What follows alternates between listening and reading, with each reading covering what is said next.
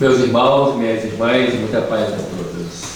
É um prazer voltar aqui a essa casa para dividir com vocês esse momento de estudo, de reflexão, lembrando que o Doutrina Espírita tem uma proposta libertadora. Libertadora porque traz para nós a responsabilidade do nosso futuro após a morte do corpo físico. Diferente de outras concepções religiosas, nós, consubstanciados, baseados, fundamentados no Evangelho de Jesus, que nos ensinou que a cada qual será dado conforme as suas obras, nós estudamos com afinco a lei de causa e efeito, a lei de ação e reação, e nós descobrimos que nós é que vamos construir o nosso futuro. Então, pelo modo que a gente leva a vida, pelo modo como a gente pensa na vida, como nós refletimos sobre tudo o que acontece conosco, nas nossas reações perante as adversidades. Tudo isso faz uma construção mental e vai dando para nós também uma soma de tudo aquilo que a gente faz, de bom e de mal. No Evangelho segundo o Espiritismo tem uma passagem que conta a história de dois homens que chegaram no mundo espiritual e foram simbolicamente pesados dois sacos que eles traziam, que seria o fruto do trabalho deles na terra.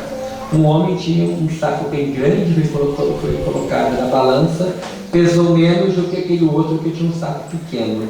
O saco pequeno estava cheio de boas obras, do bem que a gente faz. Daí Allan Kardec ensinou para nós que fora da caridade não existe salvação. Temos que nos envolver com o bem, temos que trabalhar no bem. Então toda casa espírita tem de alguma forma direta ou indireta o compromisso em diminuir a dor do próximo, em diminuir essa dor que campeia no mundo, seja pela assistência espiritual, seja pela assistência material. E muitas casas têm uma vocação maior, de acordo com a organização que foi feita no mundo espiritual antes da casa tornar-se efetiva no plano das formas, ou seja, antes da casa ser fundada, já existia um acordo no mundo espiritual para que pudéssemos chegar e nos unir e formar uma casa espírita.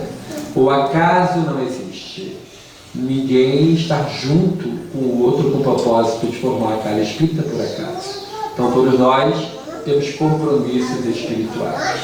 Lá em nossa casa, no município de São Gonçalo, no estado do Rio de Janeiro, fica de carro a 20 minutos da cidade do Rio de Janeiro, é a região metropolitana do Rio de Janeiro. É o segundo maior município do estado, 1.100.000 habitantes. Então é um mar de gente, é muita gente. A nossa casa foi fundada há 32 anos atrás. E há 20 anos realiza um trabalho de assistência social, um trabalho bem significativo, uma vez que temos a miséria rondando ou em torno de nossa casa. Nós estamos localizados em um bairro muito pobre, uma pobreza que eu ainda não vi aqui no Rio Grande do Sul, muito menos no interior. Vi sim muitas cidades aonde falta gente e sobra emprego. Vi muitas cidades já superando a crise, vi muita gente empregada. Lá no estado do Rio ainda temos muito desemprego. E com isso a fome. Então em São Gonçalo é um cinturão de fome. É uma cidade dormitório, as pessoas só dormem lá, vão trabalhar no Rio de Janeiro. Com a grande maioria das pessoas que vivem no entorno. O grande empregador é o Rio de Janeiro. E a casa situada numa área pobre, numa área que antigamente chamavam de favela, hoje o politicamente correto falar é comunidade carente, né? Então bem em frente, do outro lado da rua, já tem uma comunidade. E do lado dessa tem outra, temos 16 comunidades interligadas. É um complexo de comunidades carentes. Ali há fome. Ali tem muita miséria. Ali tem pessoas que dormem com o rato passando por cima. É uma situação de uma miséria extrema. E a casa, há 20 anos, trabalha com inclusão social de famílias que vivem abaixo do risco, ou melhor, vivem em situação de risco social. Famílias cuja renda familiar não ultrapassa 3/4 do salário mínimo. Então, todo mundo que trabalha na casa, consegue alguma renda, somando tudo, não chega a R$700 mensais. Então, é uma situação muito difícil. É uma situação de uma miséria completa, famílias grandes, aonde, inclusive, o pai é ausente. Lá são famílias onde existe a figura da PAI. PAI é mãe e pai ao mesmo tempo, né? O pai, infelizmente, lá só serviu para fazer o filho, vai embora. Ele não está presente na criação dos filhos. Então, a nossa casa, situada em frente a essa comunidade e atendendo a outras comunidades, nós trabalhamos com um limite para poder fazer um trabalho de qualidade. Então, temos 50 famílias, que é o nosso teto máximo. Dessas 50 famílias, 100 crianças ficam conosco. É feito visita, a gente faz visita nas casas, faz um relatório chamado PQV, Plano de Qualidade de Vida, para, no prazo de 5 anos, inserir essa família numa situação melhor. Tirá-la da miséria completa, dar uma capacitação para o mercado de trabalho e também conseguir um emprego. Isso faz com que a pessoa acredite nela. Acreditar em si, superar as barreiras que a gente cria. Nós criamos leis para nós. Nós criamos obstáculos para nós. Eu tenho uma grande amiga que sempre, quando eu vou visitá-la, e é na hora de almoço, o arroz dela é o arroz à piamontese. É aquele arroz que leva creme de leite, leva alguma coisa. E eu gosto, mas no dia eu perguntei, você gosta muito do arroz à piamontese, né? Não, é que eu não sei fazer outro arroz. Meu arroz nunca fica soltinho. Meu arroz fica sempre grudadinho. Então, para evitar de passar vergonha, eu meto o creme de leite nele e aí mistura tudo e fica aquele arroz cremoso. Mas por que esse arroz cremoso? Porque eu não consigo. Como que você não consegue? Não, eu não consigo.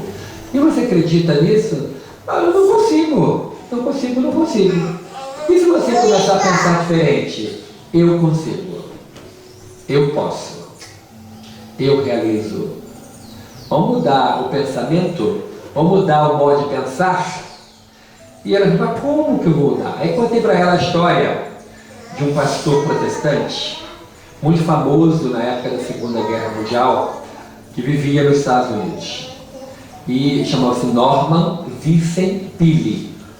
E ele tinha um programa de rádio, ele falava da mensagem cristã, e o governo norte-americano, já vendo que ele tinha uma grande audiência, resolveu contratá-lo para naquilo que hoje é aqui a hora do Brasil, que se faz uma rede de rádio para poder se falar, né, dos poderes da República.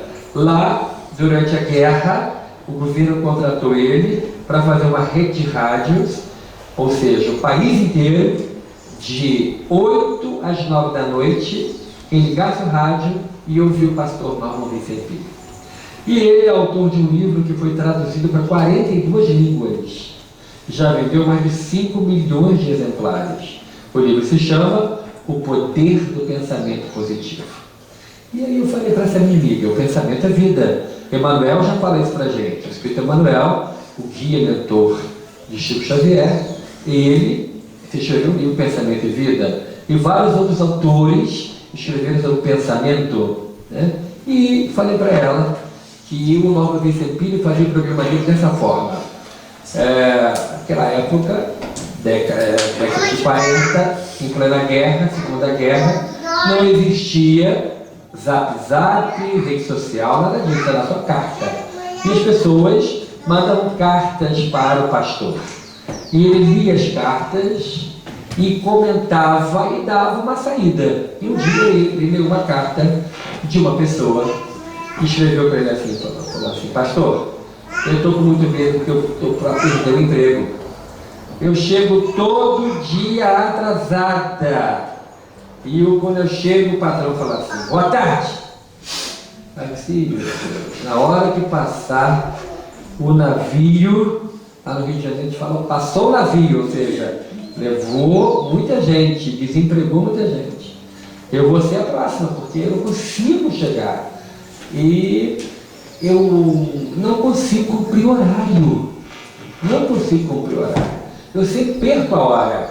Eu moro a 2 estações de trem do meu trabalho. Eu tenho que pegar o trem de 20 para as 8 para chegar no meu trabalho às 8 horas. Só que eu não consigo, eu perco o trem de 20 para as 8 todo dia. E eu só chego 8h10, porque eu pego o trem de 10 para as 8. Então eu precisava de sua ajuda. Aí eu vou fazer um pequeno parênteses. Será que ela sofria daquele mal que mais de 90% das mulheres sofrem? O mal das 1001 bolsas. Na hora de sair, tira tudo de uma bolsa e bota na outra. E fica olhando, não está nessa bolsa, está na outra. E tira da uma e bota na outra. Já falei para minha mulher, se eu fosse daquele tempo antigo, que marido mandava a mulher, você só pode ter 2 bolsas. Uma para dias ímpares e outra para dias pares. Nada de ter muita bolsa, porque tira tudo, esquece. Ah, esqueci, está na outra bolsa. Toda hora perde as coisas, então. E será que ela sofria disso? Pensei lendo o livro. O livro chama-se A Força do Pensamento Positivo. E aí, ela falou assim: eu acordo, arrumo tudo, vou ao banho, tomo café, e quando eu saio de casa, eu chego na estação, o trem já foi embora. E eu tenho que pegar o de 10 para as 8. E eu fico com muito medo, porque eu subo uma pequena passarela da estação de trem, desço, caminho 2 minutos, subo uma escada e abro a porta do escritório. E eu estou perdendo o horário todo dia. E aí ele falou assim: eu vou te dar um ensinamento, meu irmão. Você vai trabalhar o seu pensamento. Na hora que você for dormir, antes de deitar, você vai sentar na cama, vai fechar os olhos e vai imaginar mentalmente a seguinte cena: você saiu de sua casa, você chegou na estação de trens, você vai olhar para o relógio da estação, vai estar marcando 7h30. Você vai olhar a banca de jornal, você vai andar calmamente para a plataforma de embarque e você vai olhar para o outro relógio que tem na estação, na plataforma de embarque. Lembra que tem aquele relógio que fica assim pendurado? Bonitão, grandão, né? Aqui tem trem, então deve ter também aquilo. Um relógio bonitão está marcando e você vai olhar para o relógio, 7h37, 3 minutinhos para o trem chegar. E você fica calmamente, 7h40 o trem chega, você entra, 7h50 você salta da estação, você olha, 7h50, você atravessa, sobe a passarela, desce, sobe as escadas, abre e olha para o relógio do escritório, 3 minutos para as 8. Você olha para o seu chefe e fala: bom dia, chefe. Pega o relógio e marca o seu ponto. Hoje em dia ninguém mais marca ponto no relógio. Eu sou do século passado, era o relógio assim, pam, que você marcava. Às vezes a tinta dava fraca, tem que marcar de novo, né? Mas agora hoje em dia é com o dedo, né? Coloca o dedo e já marca, é tudo moderno, né? Ainda sai um papel provando que você chegou naquele horário. Você guarda aquele papel na carteira, porque depois, quando você fizer hora extra, você vai lá no DP e mostra tudo para poder somar, né? E aí ele falou assim: você faz isso durante uma semana, esse exercício mental. Você vai mandar uma ordem mental para o seu cérebro. Você vai acreditar em você, que você é capaz de romper uma barreira que você criou. Nós criamos barreiras para nós. A minha amiga não sabe fazer arroz soltinho. Essa não conseguia chegar no horário. Quantas pessoas que a gente conhece e que diz assim: não consigo cumprir o horário, eu sempre atraso, não consigo. Mas aí, passando algumas semanas, o pastor recebeu a carta daquela moça que morava numa região do interior dos Estados Unidos. E ela começa a carta assim: pastor, consegui. Depois de uma semana fazendo exercício mental, na segunda-feira, eu consegui chegar na estação de trem. Quando eu abri a porta, 7h30. Eu fiz o que o senhor falou. Fui na banca de jornal, dei uma olhadinha, fui para a plataforma de embarque, 7h37. O trem chegou, eu entrei, saí na outra estação, olhei, 7h50. Fui andando, subi como é que eu chamo? A passarela, que é quase uma palavra italiana, passarela, né? De passarelli. Muito bem, subiu e depois cheguei, subi as escadinhas, abri a porta, o relógio marcava 7h38. Eu olhei para o chefe, bom dia, chefe. O chefe caiu da cadeira. Consegui cumprir o horário. A partir dali, nunca mais eu perdi o horário. Porque nós criamos leis para nós. Leis que limitam a nossa vida. Que Paulo de Tarso nos ensina. Tudo é possível àquele que crê. Tudo posso naquele que me fortalece. Então a gente acreditar, confiar em Deus e acreditar no nosso potencial. Vós sois deuses, vós podeis fazer tudo o que eu faço e muito mais. Então acreditar que nós somos capazes de superar a fase que nós estamos passando. Tudo passa, vai passar. O momento ruim vai passar. E muitas vezes a pessoa não acreditando nisso, de que vai passar. Tem aqueles cobradores espirituais, aqueles que nós fizemos o mal no passado, e a gente nunca pode se iludir pensando que foi um santinho na vida anterior, porque não foi. A gente tem muito débito, basta ver os limites de hoje para você ver a facilidade do ontem. E aí temos os cobradores espirituais, os obsessores, que aproveitam o momento de fraqueza nossa e fazem uma festa na nossa cabeça. E aí você fica assim, eu estou numa situação ruim, isso não vai passar, isso não vai piorar. Aí ele encosta do seu lado e diz assim, vai piorar sim. Você vai ficar pior. Eu, se eu fosse você, dava um cabo nisso tudo, acabava com isso. Aí você mentalmente, como acabar com isso? Eu pensei, acaba. Você joga na frente de um trem, você joga na frente de um carro, toma um veneno, acaba com isso. Depois que morrer, acabou tudo bem e repete. Porque o obsessor não precisa ficar em fila de banco, não tem criança para colocar na creche, não tem uma roça para poder cuidar. Então ele fica na cabeça, igual no filme Ghost, lembra? Aquele moço ficou atrás da moça. Um elefante incomoda muita gente. Enquanto a médium não levantou e não fez aquilo que ele queria, ele não parou. Assim fica os obsessores cobrando. E fica em cima, fica em cima. Como é que você muda isso?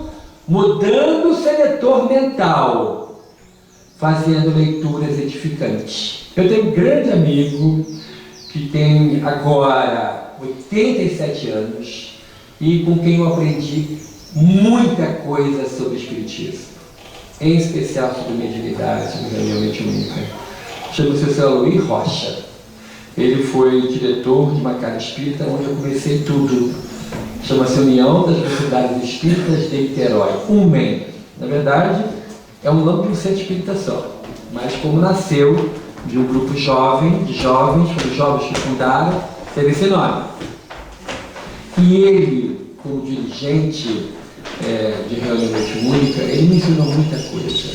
Uma das coisas que ele me ensinou, que aquilo eu interiorizei, é de que nós conseguimos mudar o nosso pensamento.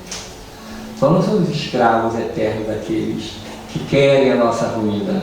Nós conseguimos mudar quando nós fazemos uma renovação mental. E como é que você faz uma renovação mental? Uma das dicas que ele deu é ler sobre Jesus. E aí? Tem o livro Boa Nova de Humberto de Campos. É um livro maravilhoso. Na abertura do livro Boa Nova, o Espírito Humberto Campos, ele escreve assim: aqui eu coloco um pouco do folclore, daquilo, das histórias que se contam no mundo espiritual sobre Jesus e os seus apóstolos. Ou seja, ele nos leva a viajar mentalmente sobre aquelas histórias sobre Jesus. E uma das histórias ele começa assim: era primavera em Jerusalém, as tamarineiras em flor espalhavam suave perfume por toda a cidade. E naquela hora em que o céu se tinge de rosa, anunciando a chegada da noite, e o astro-rei começa a pousar, ele chegou. Ele entrou na cidade. Era Jesus. Então você começa a imaginar mentalmente árvores em flor, um perfume espalhado, o céu. Você vê, imagina um céu todo rosinha porque está indo embora o sol. E aí você pensa, ele, Jesus, chegou. Quando você consegue visualizar Jesus, faz uma higiene mental. Faz com que aqueles pensamentos ruins comecem a perder espaço. Porque é igualzinho um pote com água. Se a água está velha, você coloca a água nova, vai colocando, até que aquela água velha toda venha para fora e ele fica com água nova. A nossa mente é assim. Esvaziar a mente é ocupá-la com pensamentos bons. Então o livro Boa Nova, assim como toda a série dos livros de Amélia Rodrigues, através de Divaldo Franco, são livros maravilhosos. São livros que trazem para nós a figura de Jesus. Então, lendo, principalmente à noite, quando vai dormir, porque só o corpo dorme, nós continuamos livres. E nós, em espírito fora do corpo, vamos ficar com as últimas impressões da noite.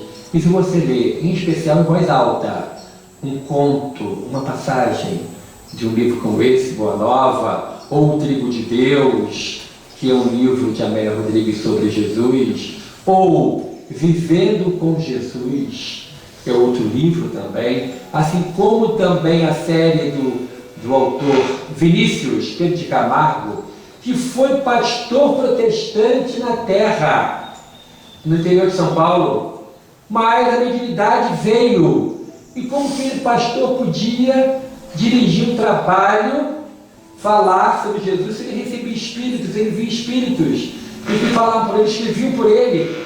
E aí ele foi procurar a Federação Espírita do Estado de São Paulo em 1930. E lá ele descobriu a ferramenta da mediunidade. E Pedro de Camargo tornou-se Vinícius. E escreveu a maravilhosa série Em Torno do Mestre, Nas Pegadas do Mestre. E outros livros, tanto livro que você vê do autor Vinícius, pela editora FEB, você vai descobrir Jesus. Essa figura inegável. É algo muito impressionante para que todos nós possamos entender.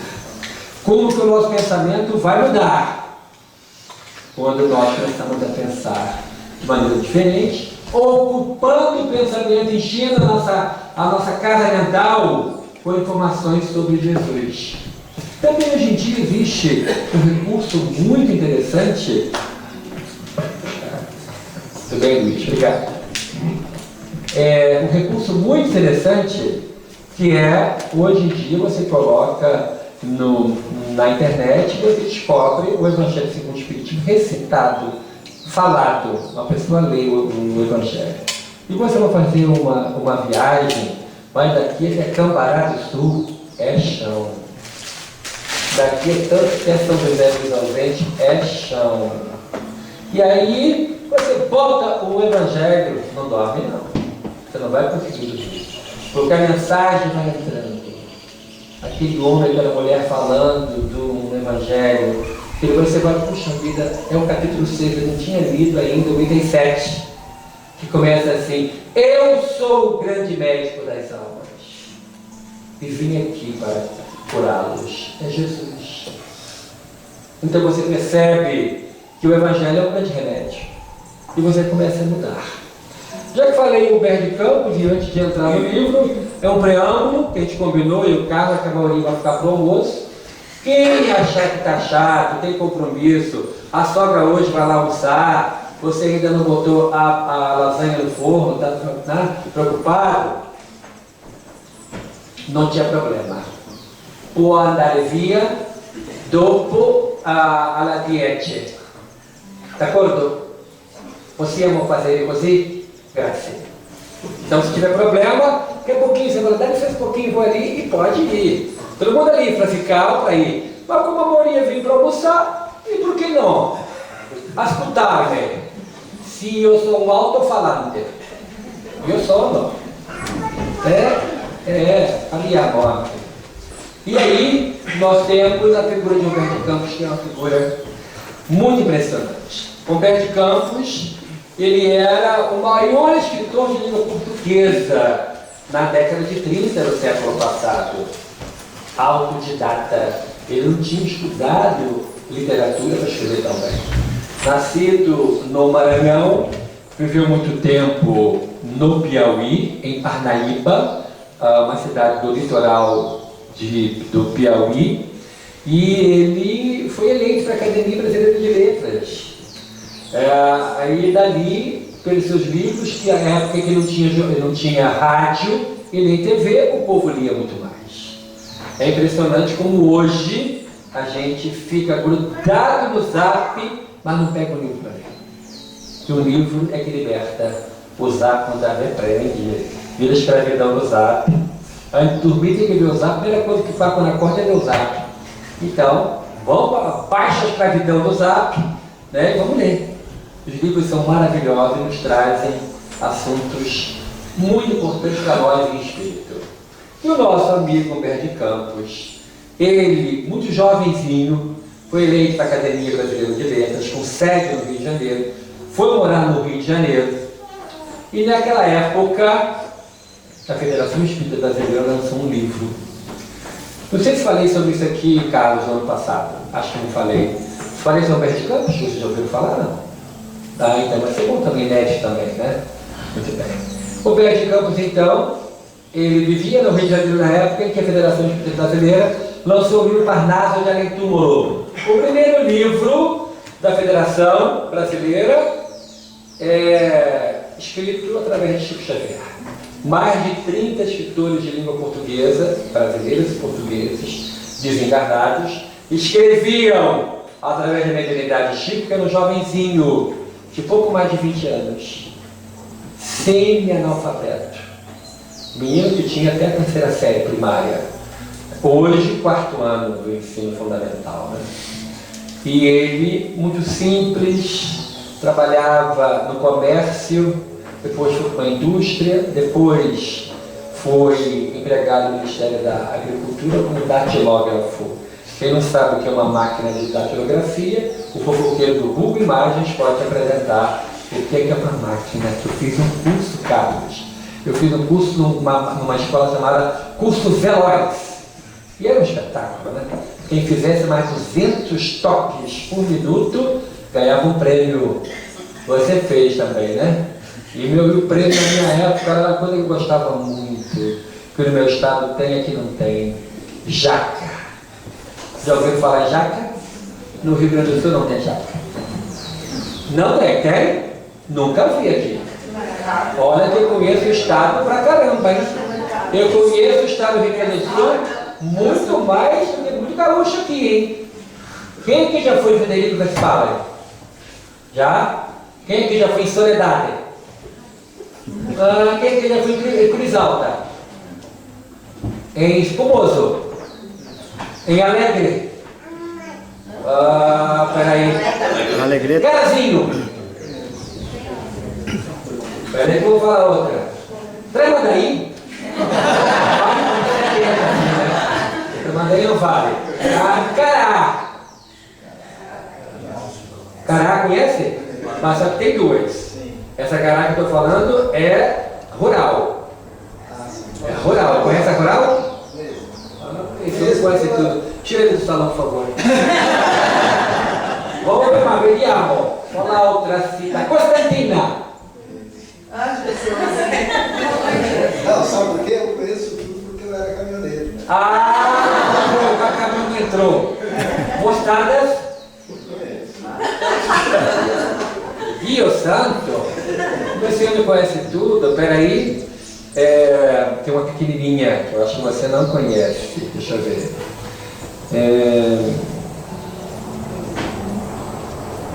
Arroio do Sal? Que doutoral é comigo, né? Então, peraí. Santo Antônio da Patrulha? É grande também, né? Vou lembrar de uma pequenina. Ijuí? Quem é Ijuí? Jaguari. Jaguari? Jaguarão? Jaguarão? Era isso. Canguçu? Perto de Pelotas. Unha Negra? Não conheço. Mas passei. Pronto, você é um cambiário. Muito bem. Então, a federação lançou um livro que foi um escândalo. Como que poetas, escritores de Portugal e do Brasil mortos podiam escrever através de Chico Xavier? Quem é esse homem? Da onde? Onde fica Pedro Leopoldo? Vou nem perguntar se você conhece. Quem é esse homem? Que história é essa de poetas mortos vindo escrever? Então o livro foi um escândalo. A primeira tiragem esgotou. A febre fez uma outra correndo. Um repórter do jornal O Globo, querendo fazer um furo de reportagem, querendo desmascarar Chico Xavier e acabar com essa história de mediunidade. Pegou um exemplar, levou lá na Academia Brasileira de Letras. Humberto, toma esse livro, analise e diga o que você me acha. E passou duas semanas, o repórter voltou lá. Já leu? Não, me dá mais 2 semanas. Ao cabo de 4 semanas, o repórter foi lá. Já li. Podemos fazer a entrevista? Social. E ele começou a perguntar: o que você achou do livro? Ele disse assim, vamos fazer um resumo. Nada sei de espiritismo. Nada li sobre psicografia. Não conheço o Chico Xavier. Mas conheço o poeta Augusto dos Anjos, autor de um estilo que ninguém consegue copiar. Eu reencontrei Augusto dos Anjos nas páginas desse livro. Não sei como, mas o livro é autêntico. A reportagem saiu. Uma reportagem, meia página, do 2º caderno do jornal O Globo. Para quê? O livro esgotou. Ele tornou-se o maior garoto propaganda do espiritismo, da federação, da mediunidade, dizendo que era verdade. Uma pessoa querida, conhecida, estimada, respeitada, disse que o fenômeno mediúnico era real, que Chico Xavier não era um imposto. E o tempo passou. Humberto passou por uma prova muito difícil. Humberto adquiriu a elefantíase, uma doença que o membro fica enorme, o braço incha, fica grande. E ao mesmo tempo, junto com aquela doença que é incurável, ele resolveu mudar para Niterói, cidade onde eu nasci. E ali ele foi morar na Rua Lopes Trovão, bem pertinho da praia de Caraí. Na década de 30, não tinha poluição nenhuma. As nossas águas da Baía de Guanabara são águas quase mornas, bem diferente de Tramandaí, que eu fiz uma jura que nunca mais eu piso. Meu pé ficou dormente 3 dias, 3 noites.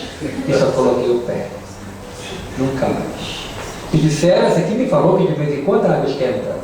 Só vendo um documentário para poder acreditar. Que todo o litoral gaúcho é congelante. Né? Eu vi pinguim fazendo surf. Então já vi que aqui não dá para ir. Mas lá, minha água lá é morna.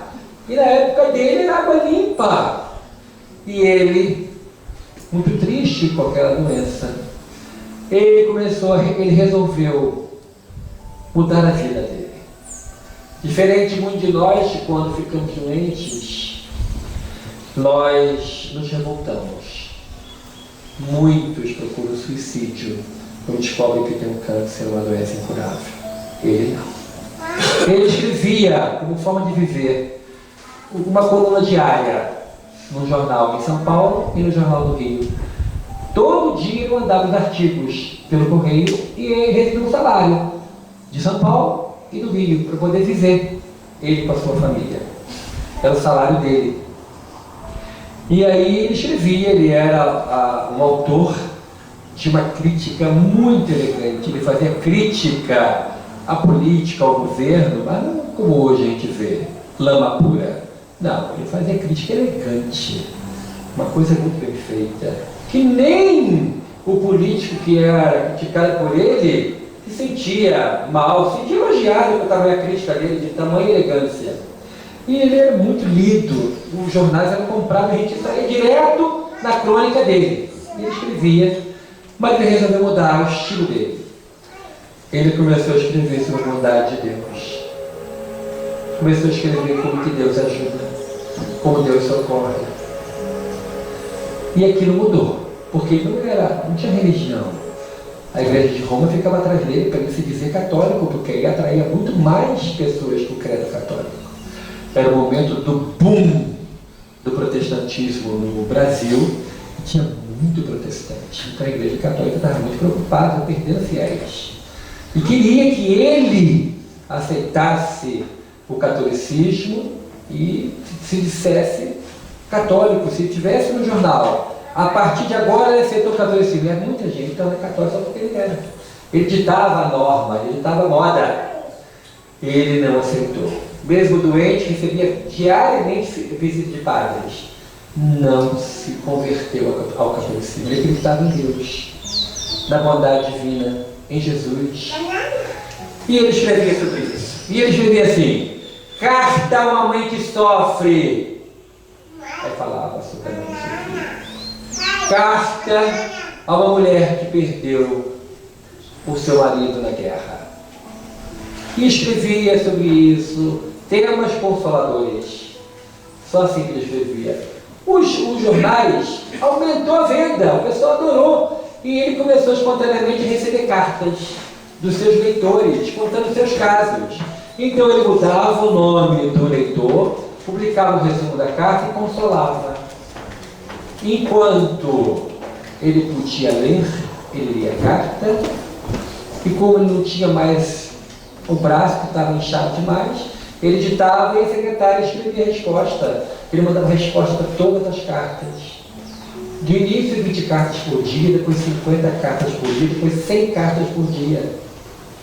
Mas o resgate dele era maior. Além da elefantíase, ele ficou cego. E aí cego não podia mais ler a carta. A secretária lia, ele ditava a resposta, ele escrevia. Mas a elefantíase e a cegueira era pouco para ele, que devia muito a Deus.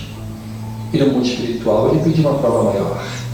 E aí veio a surdez. Não podia mais ouvir as cartas.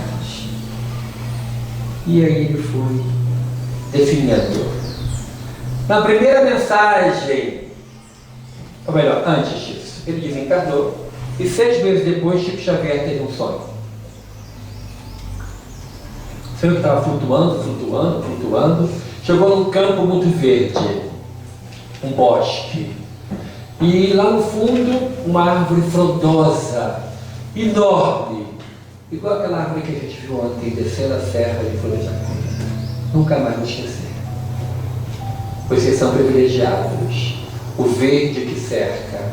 Tudo isso aqui é tão lindo. É Deus presente. É Deus. Quando a tristeza bater na porta do seu coração, pega um ônibus, pega um carro, vai para a mata. Vai olhar a bondade de Deus. A obra de Deus, essas árvores lindas, os riachos passando. tudo vai embora. E a alegria de Deus vai encher o seu coração. Mas aí, o Chico teve um sonho e viu aquela árvore, foi andando até a árvore, embaixo, sentado, encostado no tronco, tinha um homem. Ele chegou perto e o homem falou assim: você é Chico Xavier? E ele para o homem: eu sou Chico Xavier, o senhor quem é? Eu sou Humberto de Campos. Ah, Chico adorou, adorava ler os artigos dele, já os consoladores, que consolava tanta gente. Ah, adoro o senhor, que beleza, maravilha. Então eu queria lhe fazer uma proposta de trabalho. Vamos começar a escrever? A minha mediunidade, quem manda nela é Emmanuel. Se Emmanuel deixar, ele falou assim: vou conversar com o Emmanuel. 3 meses depois, Emmanuel aparece na reunião mediúnica de Chico, com o Humberto de Campos do lado, e falou assim para Chico: Chico, autorizado. Ele já conhece o Espiritismo, já estudou conosco. Você falou em 3 meses só, mas o Espírito não dorme. E lá os métodos de ensino, o Ezio de lá é muito mais. Um homem inteligente como ele, em 3 meses ele conheceu Kardec, conheceu a obra toda, e ele começou e ele já sabia de tudo. Pode escrever. Aí Chico, se o senhor autoriza, eu pego no papel agora. E a primeira mensagem foi assim, mais ou menos assim: quando a morte me adveio, me encontrou no silêncio da sorte e na escuridão da cegueira. Eu acordei com a pessoa que apertava a minha mão e dizia: Humberto, Humberto.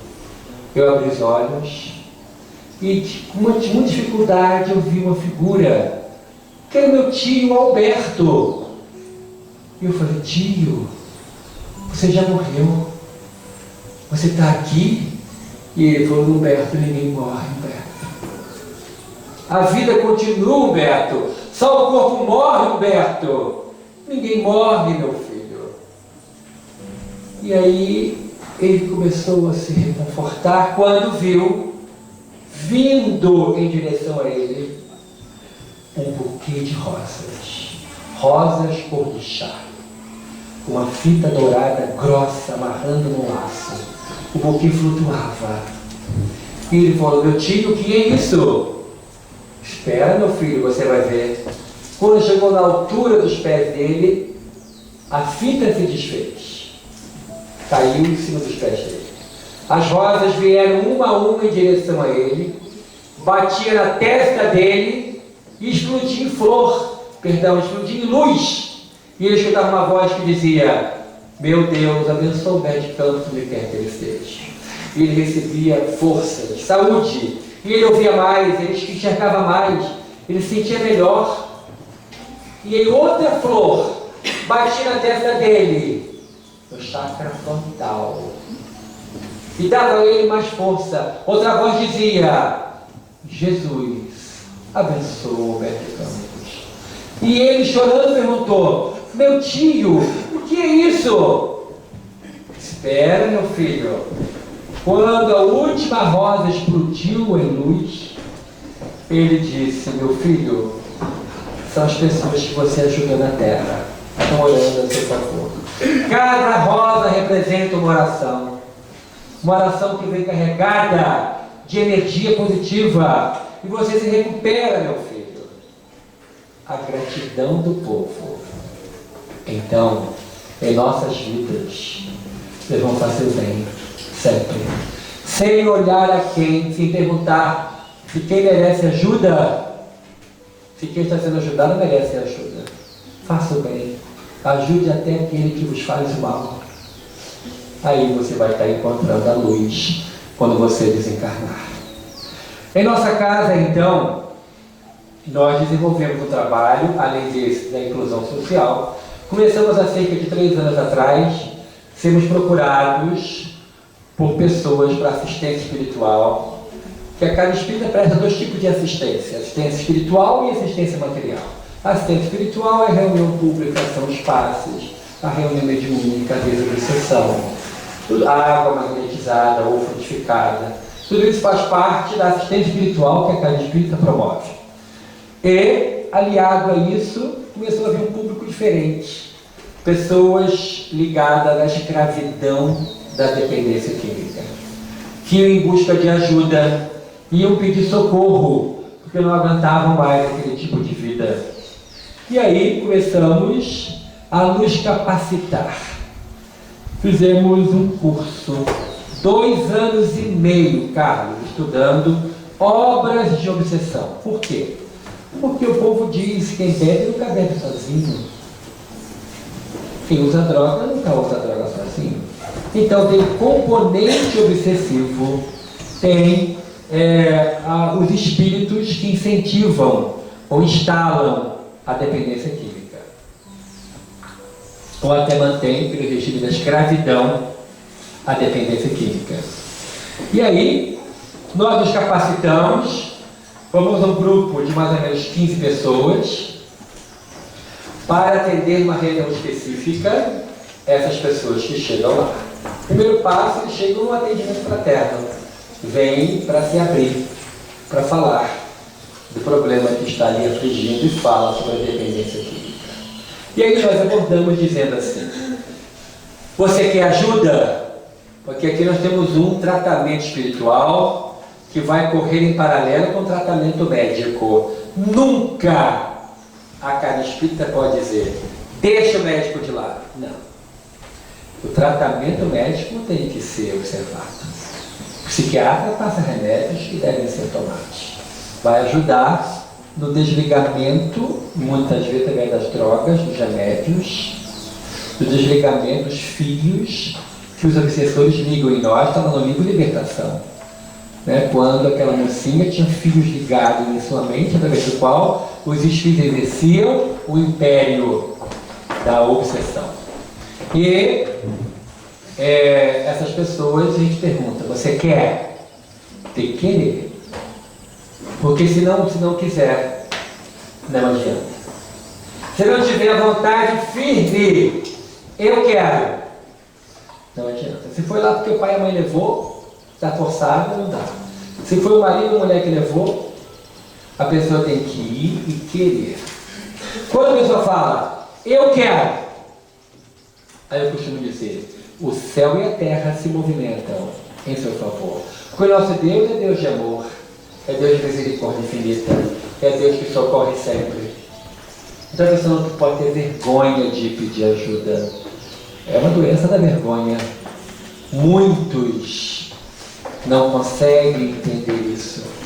Muitos passam por situações difíceis quando o assunto é esse.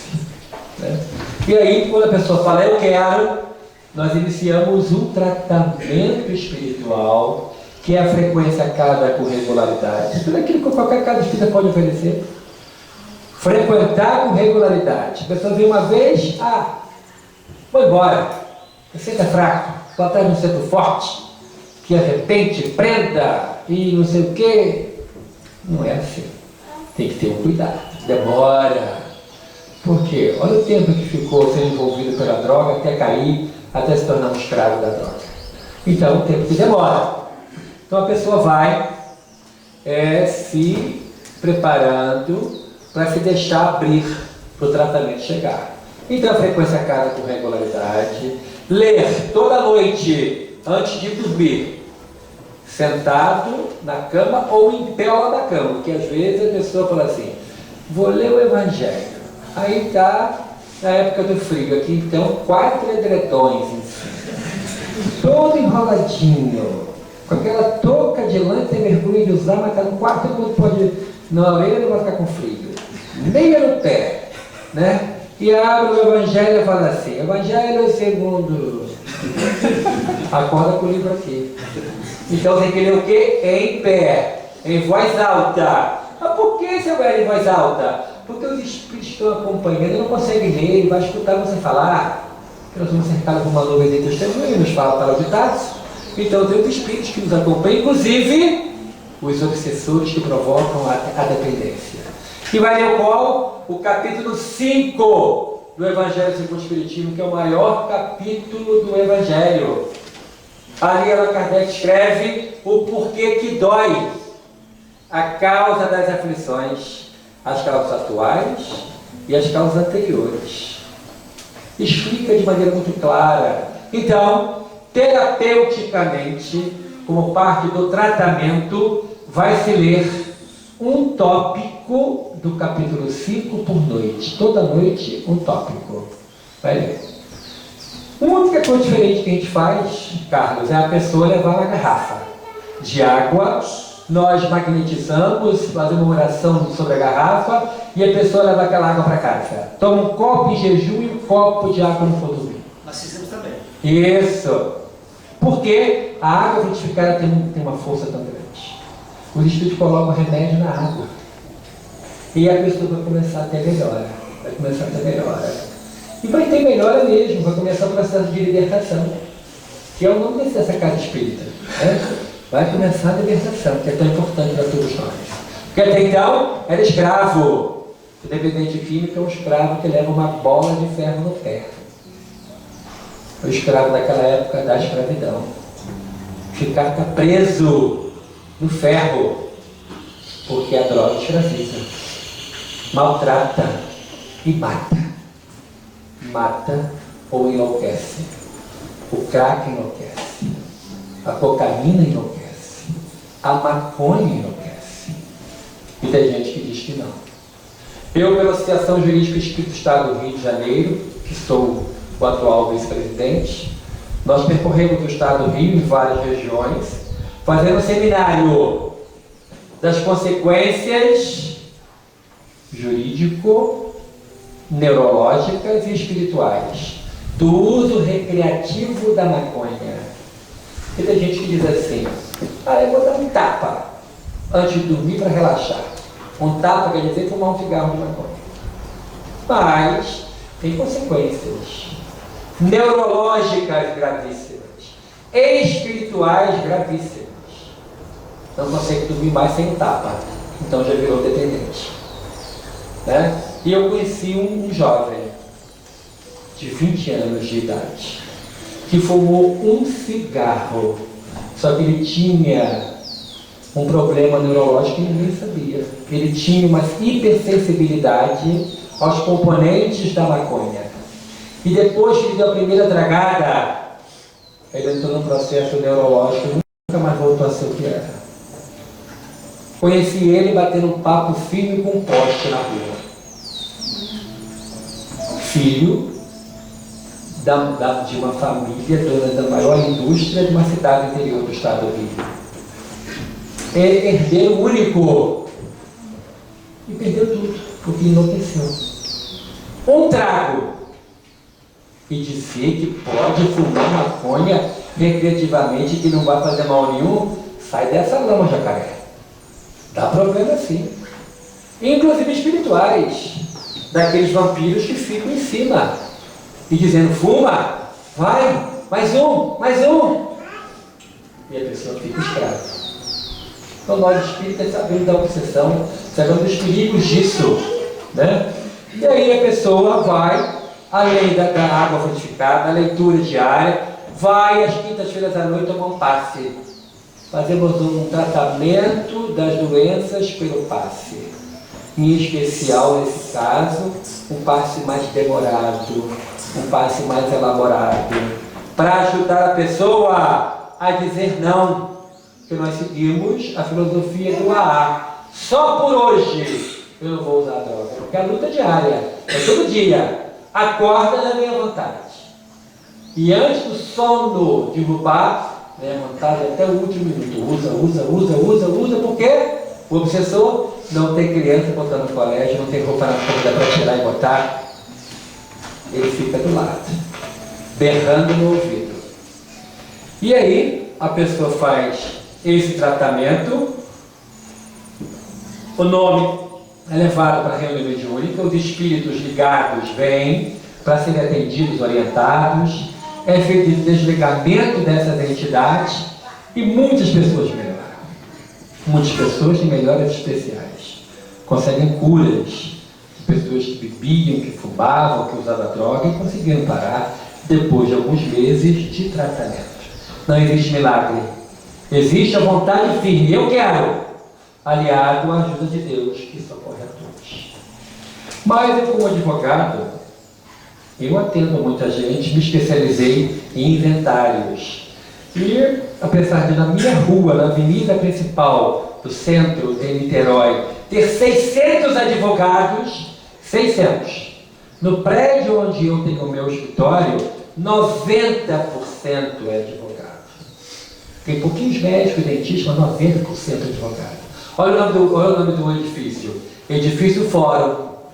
Todo mundo entra ali pensando que ali é o fórum, mas não é. O fórum fica a uma quadra de distância. Então, se alguém entra no prédio e fala, doutor, mais de 20 olha. Porque tem muito advogado. E inventário é uma coisa chata, tem que ter muito papel, poucos fazem. Eu adoro fazer, adoro papel. E eu tenho muitos clientes. Uma senhorinha que já era viúva, só tinha um filho, e o filho nasceu quando ela já tinha mais de 40 anos, a diferença entre ela e o filho era grande, muito dinheiro, muitos imóveis. Ela foi fazer um testamento, me contratou para ajudar a fazer um testamento, porque eu não queria deixar tudo para o filho não, porque o filho era um pouco rebelde quando se estapeava com ela, então ela resolveu fazer, e a pessoa pode em vida doar 50% do que ela tem. E pode também, no testamento, fazer isso. E ela fez um testamento, o menino vai ficar com 50%, que é de lei. E aí, passou um tempo, eu descobri que o menino veio a desencarnar. O menino, eu posso dizer, né, que já era um adulto, mas um jovem. E uns 2 meses depois, ela me procurou. Queria mudar o testamento, já que o filho morreu, tinha que mudar. Foi quando a pessoa é rica, chama venda de companhia. Quando a pessoa não tem muito dinheiro, é uma acompanhante. Então a menina que veio do interior do estado, né, foi chamada e vivia com ela, porque ela já era uma senhora, tinha diversas doenças. E tinha uma pessoa, essa menina, uma jovenzinha que ficava com ela. E ela entrou, a menina, ela anda de bengala, a menina entrou com ela, sentaram as duas. Menina muito simples, muito humilde. E ficou de olhos baixos, cabeça baixa, quando nós começamos a falar sobre o processo dela, né? E aí, é claro que, antes de eu ser advogado, eu sou espírita. Porque o Espírito Emmanuel, no livro Religião, na página Religião Espírita, diz: espírita é o nome do teu nome. Então não é um advogado espírita, é um espírita advogado. Não é um vendedor espírita, é um espírita que está vendedor. Entendeu? Então o espírita é o nome do teu nome. E aí eu falei, olha, apresento os meus sentimentos pela perda do seu filho. E ela falou assim: agradeço, eu não quero falar sobre isso. Muito bem. É uma cliente boa, o que eu cobro ela paga, muito séria. Não sei cobrar como barato, sou advogado barateiro, mas ela tinha dinheiro. Eu falava o valor, ela falou: não, é pouco, eu lhe dou mais. Tudo assim, foi bom. Se metade fosse assim, eu não estava tão liso como estou, mas sou advogado franciscano, né? Com todo respeito aos padres presentes, que são de outra corrente, né? Mas aí a menina começou a sentir-se mal, começou a respirar ofegante. Não sei o que foi que houve. Ela: o que houve, garota? E eu falei: peraí que eu vou pegar água. Fui pegar água para ela. Quando eu voltei, ela estava já com a cabeça riada, as 2 mãos sobre a mesa. Eu ofereci água e ela estava chorando. E eu pensei assim: no corredor aqui tem uma cardiologista, minha amiga, minha cliente também. Eu pedi socorro a ela, vou lá, vou levar a garota, a médica vem aqui. Mas nisso que eu ia levantar, a menina, de cabeça baixa, com uma voz de homem, fala assim: perdoa, mãe. Ela olhou para a garota, olhou para mim. Eu imaginei, ela está em transe. Mas a minha cliente é protestantíssima. E aí ela falou: o que é isso? Eu não sei, a senhora conhece a menina? O que houve com a menina? Ah, não sei. E ela falou, e o Espírito através da menina falou assim: mãe, é fulano. E ela olhou: é o diabo, meu filho não pode, meu filho está no inferno. Por que seu filho está no inferno? E ela diz assim: já falei para o senhor que eu não quero falar sobre isso. Vou ficar quieto. E o Espírito continuou: mãe, me perdoa, mãe. Eu nunca falamos sobre isso, mas a senhora sabia que eu era dependente químico. Aí ela falou assim: quem está aí? Já te falei, seu filho Marcelo. E aí ela fala assim: mas como é que você está aqui? Você morreu, morto não fala. A Bíblia diz que os mortos não falam. Você pode dar um pitaco? E ela diz, doutor, o que houve? Você, a Bíblia diz que os mortos falam. Como que fala? Fala. Lembra quando Jesus subiu um monte para orar? Lá apareceu para ele Moisés e Elias, mortos há 600 e 300 anos. Então Jesus conversou com os mortos, Moisés e Elias. Está na passagem da transfiguração da sua Bíblia. Mas Jesus é Jesus, não. Jesus disse que a gente pode fazer tudo o que ele faz e não tomar. Então, se ele conversou com o morto, ele também pode. Mamãe sou eu! A senhora colocava todo dia embaixo da jarra da sala R$50. E eu comprava droga com aqueles R$50. Aí ela começou a chorar. Como que a menina sabia disso se ninguém sabia, só ela o menino? Nunca falaram sobre a droga. Nunca falaram sobre isso. Mas a vizinha do térreo disse: seu filho estava aqui cheirando cocaína. E ela subiu o elevador já com aquela informação.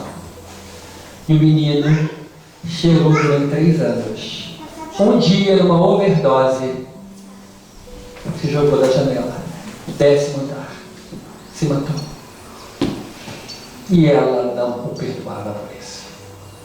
Enterrou, mas já sabendo, o pastor disse: fica tranquila, está nos braços do demo. E ela acreditou. Mas o menino estava do lado dela falou da droga, do dinheiro embaixo da jarra. Como isso é possível? E ela disse, começou a chorar e disse: é você, Marcelo, sou eu. Eu quero te dar uma coça. Mamãe, me perdoa. Me perdoa. Aonde eu estou, eu já sofro muito. Um sofrimento que eu nunca pensei que fosse acontecer. Todo mundo grita no meu ouvido suicida. Sofro muito, mamãe. Mas sofro porque a senhora não me perdoa. Todo dia eu recebo o seu pensamento. O diabo que te carregue, desgraçado, me deixou sozinha. Todo dia a senhora pensa nisso. E ela chorou. É verdade, eu penso nisso. Preciso do seu perdão. Me perdoa, para que eu possa ter um pouquinho de paz. E eu falei para ela: perdoa? Ela nunca! É melhor perdoar. Eu acho bom. A senhora não segue a Bíblia? Não segue a Jesus? Sim. O que Jesus falou? Perdoar não 7 para 70 vezes 7? Ou não? Falou. Perdoar aqueles que vos fazem o mal? Ou não? Falou. Então, perdoa o garoto. Não. Olha, Jesus, hein? Jesus falou para perdoar. Qual o telefone do seu pastor? Não liga não. Então, perdoa. E aí o garoto: mãe, perdoa. E aí, meu Deus do céu, de um atendimento jurídico virou uma reunião mediúnica com atendimento estratégico tudo junto. E ela com a mão na bengala: você larga a bengala. A menina só médium. E o que é médium? Depois eu explico. Bem que eu percebi que o senhor não é protestante. A senhora sempre soube. Na minha recepção só tem jornais, livros e revistas espíritas, para quem quiser ler. Agora eu sempre fingi que não vi. Então agora ela resolve aqui. Perdoa, mãe! E a menina chorava. Chorava que dava dó. Tudo molhado já. Vestidinho simples, todo molhado. A menina toda: te perdoa. Você te perdoo, Marcelo. Ele: não estou sentindo. Como assim? Aí eu expliquei: o Espírito sente quando a gente fala. O sentimento tem que ir junto. Perdoa de verdade, do coração. Tem que ser isso, doutor? Tem que ser, senão ele não vai embora. Não vai? Não, nem a senhora nem eu. Vamos ficar aqui, vamos virar a noite. Aí ela falou assim, a senhora é mãe. Mãe, perdoa. Por pior que seja a ruindade que o filho faz, mãe e pai sempre dão uma nova chance. Perdoa para ele sair desse sofrimento. Aí eu falei assim, vou abrir aqui o Novo Testamento. E aí abri. Deixa eu ler para a senhora. E o Espírito chorando. Jesus e mulher adúltera. Passagem mais difícil de ter. O perdão. E Jesus perdoou a mulher que cometeu adultério. E ela falou assim, depois que eu li, ela gritou, eu te perdoo! E aí ele desligou da médica. A menina, o que foi que houve? Estou querendo uma olhada. Médico inconsciente, mediunidade linda, não sabia de nada. Dei água para ela, disse, não, você dormiu. Dormi, disse a ela. Depois em casa a gente conversa. Passou um tempo. Ela precisava ir pagar mais uma parcela. Foi lá no escritório. E aí, foi com a menina. E a professora pode entrar. A menina foi, não, você fica. A menina não podia entrar, vai que? A menina ficou lá fora, ela entrou. E aí fiz o recibo, dei o recibo. E ela falou assim, conversei com o pastor. Ah, sim, o que ele disse? Diabo puro. Você é? E o que a senhora acha disso? Era Marcelo. Era tudo aquilo que ele fez. E no final ele disse assim, mamãe, dá tudo, mamãe. Não fecha meu quarto não, dá tudo, mamãe. Dá inclusive as camisas do Flamengo, mamãe. Para ele se libertar, né? E ela falou assim, ninguém sabia. Toda a nossa família de outro time. Brasileira, Flamengo, saiu, tudo aquilo na verdade. Era ele que falava. Eu sei agora. Depois você me fala sobre isso do Espiritismo aí. E eu falei, se a senhora quiser, toma aqui o Evangelho segundo o Espiritismo. Sempre tenho lá alguns para dar. É caridade? Tem. Conclusão? Ela frequenta uma casa espírita pertinho de onde ela mora. Um dia eu fui lá fazer palestra, está uma velhinha assim para mim. Quem será? Que conhece tanta gente, fala com tanta gente. Aí depois, é ela! E veio com dificuldade, com a médium do lado, veio falar comigo. Doutor Hélio, adorei conhecer o Espiritismo. O pastor não gostou. Mas eu estou aqui, descobri Jesus aqui, doutor Hélio. Que maravilha. Que bom que a senhora está bem aqui. E aí começou a descobrir que a morte não existe, descobriu a lei da reencarnação, descobriu que nós conseguimos falar com aqueles que nos antecederam na viagem. E está feliz. 88 anos. E agora ela descobriu que o inferno não existe. Que Deus é bom. E a bondade de Deus envolve a todos. No livro, então, esse livro é o resultado das orientações que os espíritos bondosos escreveram sobre ele, sobre o trabalho que íamos fazer. Os guias e mentores, os médicos, o psiquiatra da casa, o Dr. Josué, um psiquiatra, escreveu mensagens, outros médicos, outros espíritos bondosos, falando sobre o tratamento que nós íamos fazer, falando sobre o dependente químico. Tem a mensagem, inclusive, de um pastor aqui, já que eu falei de pastor, o pastor Avelino de Souza, é o primeiro pastor protestante da minha cidade, Niterói. Na época do Império, ele criou em 1883 a primeira igreja protestante congregacional na cidade de Niterói. Fica bem em frente ao terminal de ônibus, por onde passam por dia 200 mil pessoas. Imagina, vem de 16 cidades no entorno que são atendidas ali por aquele terminal, um grande terminal, muito grande. Muita gente passa por ali. E bem em frente tem a igreja que foi fundada pelo pastor Avelino de Souza.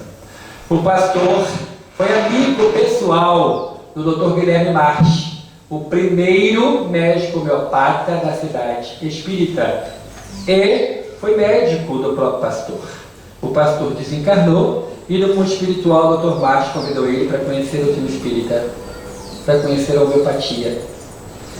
Em 1970, a Federação Espírita do Estado do Rio de Janeiro abriu o serviço do receituário mediúnico, que aqui em Porto Alegre, lá em Porto Alegre, tem no Centro Espírita Allan Kardec. Tem um receituário mediúnico que funciona durante o dia inteiro. Lá tem uma reunião pública diferente, é 20 minutos.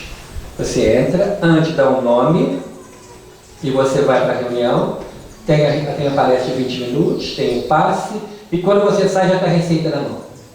Eu fui com a minha mulher lá. Eu estava com um problema de saúde, não falei nada com ninguém. Quando eu estou esperando sair um grupo para entrar nessa turma de 20 minutos tem palestra, quando eu estou esperando, eu senti uma mão assim passar. Que isso? Apesar de conhecer os espíritos, ele fica assustado, né? Que passou assim. E aí, daí a pouco na saída, veio o remédio. A receita para mim. Fui olhando fofoqueira do Google. E era um remédio específico para aquilo que eu tinha. Não falei para ninguém. Então, os espíritos, médicos, homeopatas que desencarnam, trabalham em trabalho como esse, né? E o pastor Avelino de Souza, já conhecendo a homeopatia, foi o dirigente do receituário mediúnico que funcionou durante 10 anos na então Federação Espírita do Estado do Rio de Janeiro. O pastor nesse livro fala sobre a piedade que nós devemos ter para com os dependentes químicos, que a maioria diz assim: cracu tem que morrer, isso não vale nada, dependente químico só uma bala. Na verdade, todo mundo é irmão, filho do mesmo pai. Ele caiu na estrada. Quantos de nós podemos passar por uma prova dessa? E quando for um ser amado ao nosso coração que caiu na droga, a gente vai querer que morra também? Então, piedade para com eles, né? E o Espírito Benedito, um trabalhador, fala da vigilância dos pais, que os pais devem vigiar a mochila dos filhos, vigiar o zap, a rede social, para ver se ali já tem algum indício de assédio para a droga. E os Espíritos falam também sobre a confiança em Deus. Devemos confiar em Deus, Deus tudo pode. O nosso Deus é Deus de amor e bondade, pode tudo e pode trazer a cura para todos nós. Então, nesse trabalho que nós desenvolvemos lá, temos pessoas que passam por dificuldades, mas acreditam no seu potencial, como aquela moça que escreveu para o pastor Norman Vicenpilli. Acreditou e mudou a sua rotina, começou a cumprir o horário, começou a melhorar, começou a ter uma situação melhor. E desse trabalho temos muita ajuda dos guias espirituais. Um deles é um espírito que nasceu e viveu na região da Calábria, na Itália. Da Calábria vieram poucos italianos para cá.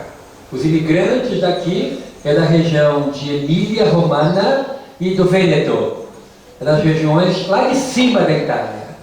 Poucos italianos imigrantes vieram da Calábria, que é a pontinha da bota no mapa da Itália. A Calábria fica perto da ilha grandiosa de Sicília, né? E tem ali um estreito, um espaçozinho que liga, né? Um pequeno canal que divide a ilha do continente. Ali vivia um casal que não conseguia ter filhos. Era mais ou menos o ano de 1510, mais ou menos.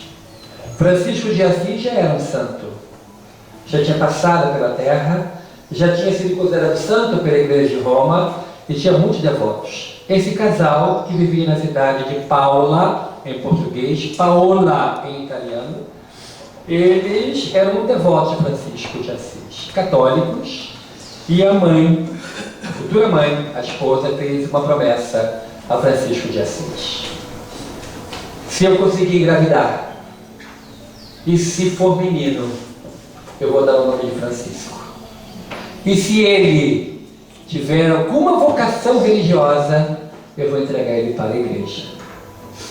E daí um tempo, ela fica grávida. Nasceu um menino. E ela deu o nome de Francisco.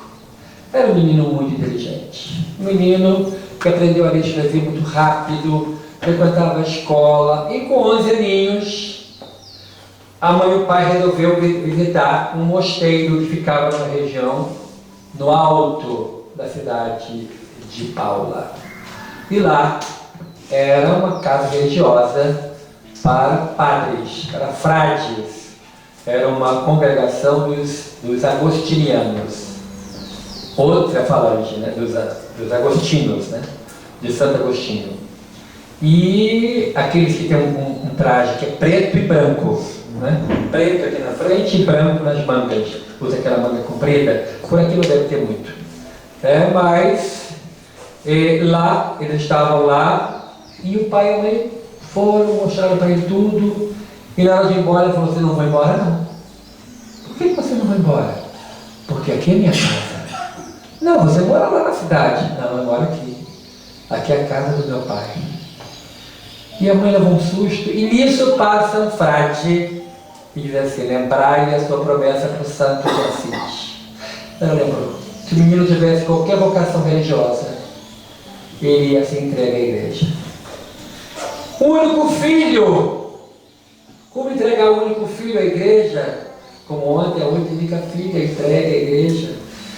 E aí a mãe foi falar com o frade superior, o homem que administrava aquilo ali, falou: o menino quer ficar. Aqui ele só divide com 15 anos. Podemos fazer o seguinte: você estuda em que horário? Estuda de manhã. Então depois do colégio, você almoça e vem, passa a tarde aqui com a gente. Vamos ver se ele tem vocação religiosa. De noite a gente leva ele para casa. De manhã ele estuda, de tarde ele para casa. Até fazer 15 anos. 15 anos ele escolhe se ele vai querer ser um religioso ou não. E aí ele foi. Ia todo dia, depois do almoço. E começou a fazer um trabalho de organização da biblioteca, lia muito. E começou a fazer estágio em diversos setores do mosteiro. Foi cuidar das cabras, foi cuidar do jardim, foi cuidar da horta, foi para a cozinha.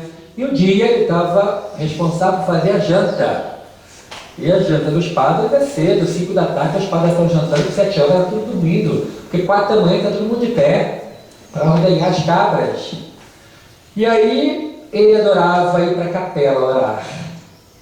Adorava ir orar. Era a capela de Santo Agostinho, o santo protetor daquela congregação. E aí ele estava orando, passou um fato e falou assim: ô Francisco, a comida está pronta?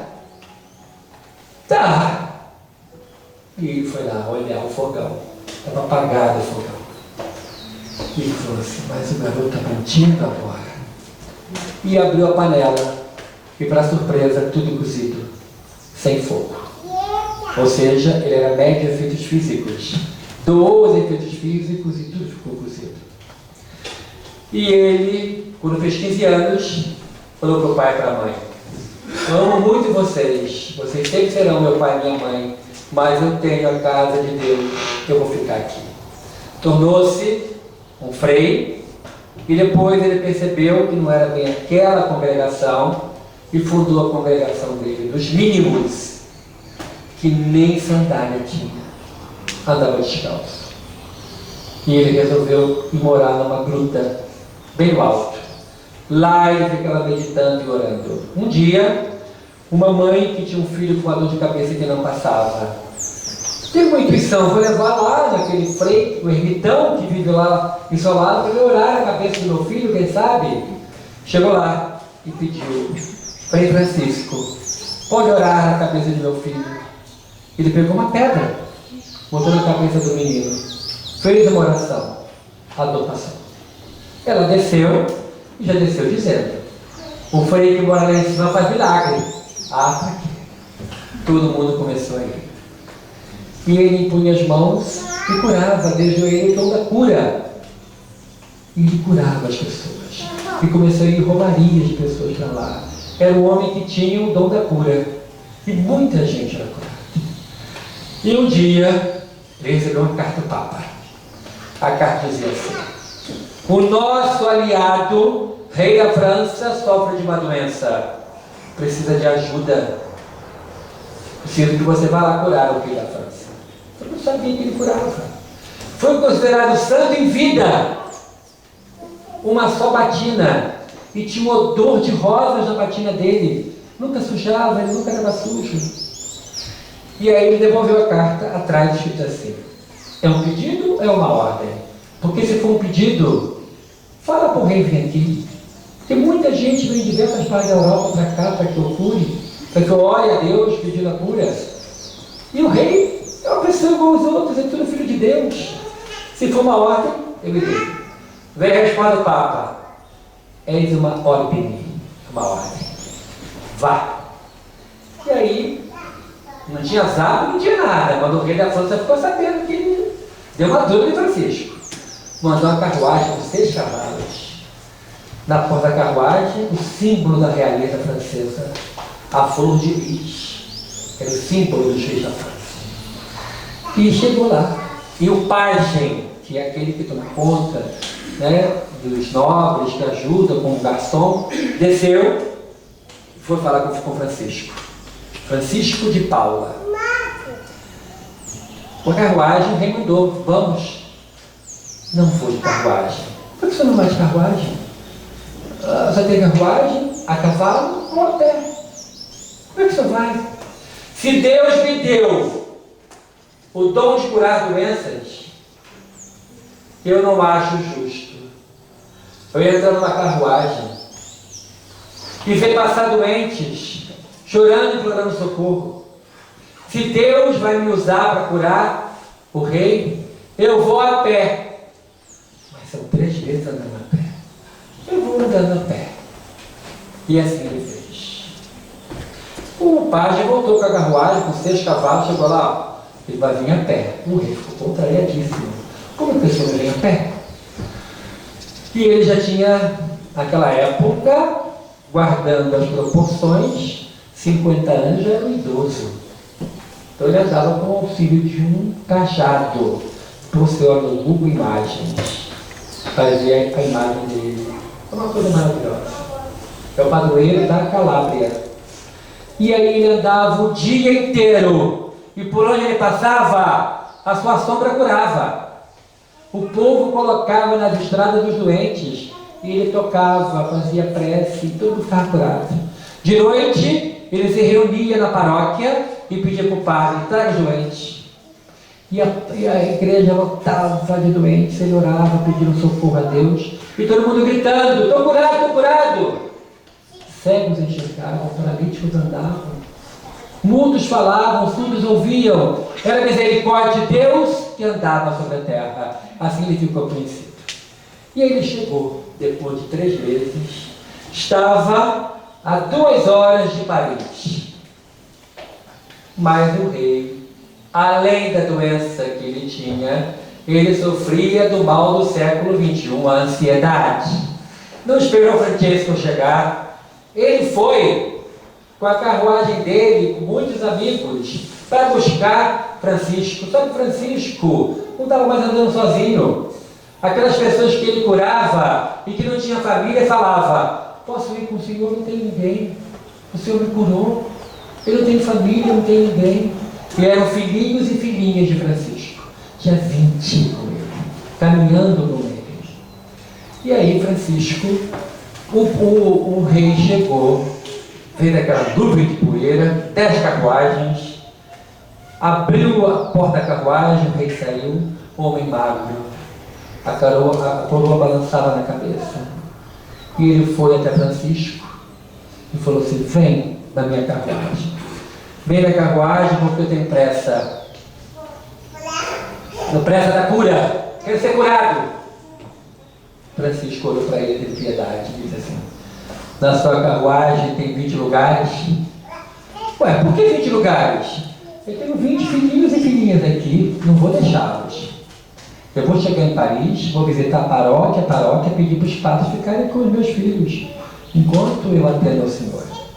Um pai nunca abandona seus filhos. E aí o rei falou assim: não tem 20 lugares.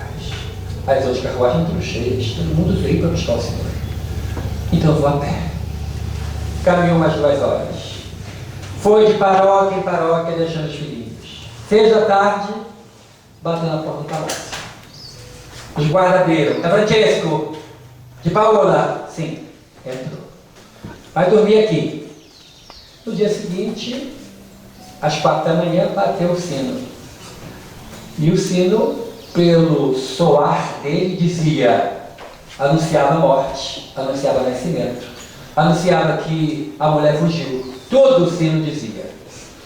E o sino anunciou alvorada, todo mundo de pé. Quando o guarda foi lá abrir a porta, que a porta fechava do lado de fora. Foi abrir a porta, Francisco estava em pé já. Vamos à presença do rei. E aí foi. Chegou lá. Todo mundo queria ver a cura. Todo mundo tem interesse no fenômeno. Todo mundo quer ver o médium trabalhando. Quer ver o fenômeno. Quer segurar na mão do espírito. Quer pegar uma pedrinha para o espírito benzer e não sei o quê. Mas o que interessa é a cura interna, a cura do espírito. E Francisco chegou na sua pureza. Tinha barba branca já, com um hábito todo marrom. E chegou e olhou para o rei e falou assim: posso ficar sós com o senhor? Comigo a sós? Nunca fico sozinho. Tem meus guardas aqui atrás que me protegem. Tem a rainha, minha mulher, que fica aqui comigo. Tem os barões, os condes que estão aqui, que fazem parte da corte. Nunca fico sozinho. E Francisco olhou para todo mundo e falou assim: vocês podem sair, eu preciso ficar sozinho com o rei. Ah, quem aguentou olhar para o espírito superior? Porque todo mundo sabe. A última que vazou foi a rainha. Todo mundo saiu. Ficou Francisco sozinho com o rei. Francisco puxou uma cadeira, o rei sentado no trono. Francisco ofereceu as mãos calejadas de quem trabalha. Falou assim: me dá suas mãos. Ele segurou as mãos do rei. Francisco olhou no olho dele e falou assim: o que atormenta a tua alma? Eu não esperava aquilo, porque ele disse que esperar assim: qual a doença que você tem? Como é que eu posso ajudá-lo? Mas ele falou: o que atormenta a tua alma? E aí? O rei começou a chorar e disse assim: eu sofro de consciência culpada. Para ter essa coroa na cabeça, eu mandei matar muita gente. Para manter o reino unido, eu matei muita gente. Destruí muitas famílias. Eu sofro muito. Me ajuda, Francisco. Francisco então ficou um mês, durante 1 hora, todos os dias, e evangelizava ao rei. E todo mundo perguntava: para as outras pessoas ele a sombra curava. As pessoas tinham doenças físicas. O rei tinha uma doença moral, a consciência culpada. Ao cabo de 30 dias, o sino tocou morte. Francisco de pé, todos vieram. Francisco, vamos ver, o rei morreu. Todo mundo chorando, ele entrou na quarto do rei e apontou. Olha o sorriso dele. Descobriu que Deus é bom. Morreu em paz. Francisco continuou muito tempo ainda na França. Depois voltou para Paula, curando muita gente. Esse espírito abençoado, nós imploramos a ele socorro no tratamento dos dependentes químicos. É um espírito muito superior. Mas, escuta a nossa oração. Está lá no Evangelho segundo o Espiritismo, no capítulo 28, item 11, quando Allan Kardec escreve seu anjo de guarda, e diz que o Espírito Superior escuta a nossa prece. E Francisco escuta quando nós oramos em favor dos dependentes químicos que vão do tratamento espiritual em nossa casa. E eu já vi, e outros médicos já viram, uma luz verde que invade a sala do Pai. É Francisco. E na hora que estamos magnetizando as águas, Francisco coloca remédio nas águas. E muitos são curados.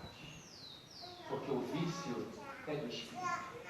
O corpo não tem doença. O espírito é que está doente, passa para o corpo. Está lá, Samuel Hahnemann escreve no Evangelho segundo o Espiritismo sobre isso, capítulo 9 do Evangelho. E nós conseguimos, com a graça de Deus, o amparo dos Espíritos amigos, libertar os irmãos. Muitos, dentro da sua hora, dentro do seu processo de libertação, muitos conseguem ajuda. Esse livro, então, tem essas mensagens, são orientações espirituais sobre a dependência química. Ele, toda a renda dele, você vai ver que na contracapa, foi doada para a nossa creche. Como já falei, temos uma creche para 100 crianças que vivem abaixo da linha da miséria. Quem quiser ir puder, ninguém é obrigado a nada. Eu estou aqui na mesa para o autógrafo, custa R$30, para quem quiser. E, como eu vim de muito longe, o abraço de graça. O seu abraço vai me dar forças para que a gente possa continuar com esse trabalho. Que Deus abençoe abundantemente cada família que veio hoje. Que aquele problema que você está pensando possa ser abençoado por Deus e você ter a solução daquele problema. Que a saúde possa invadir o seu corpo e que a doença possa ir embora, porque Jesus disse: eu vim para que tenha vida e vida em abundância. Que o Senhor Jesus abençoe abundantemente a cada um aqui.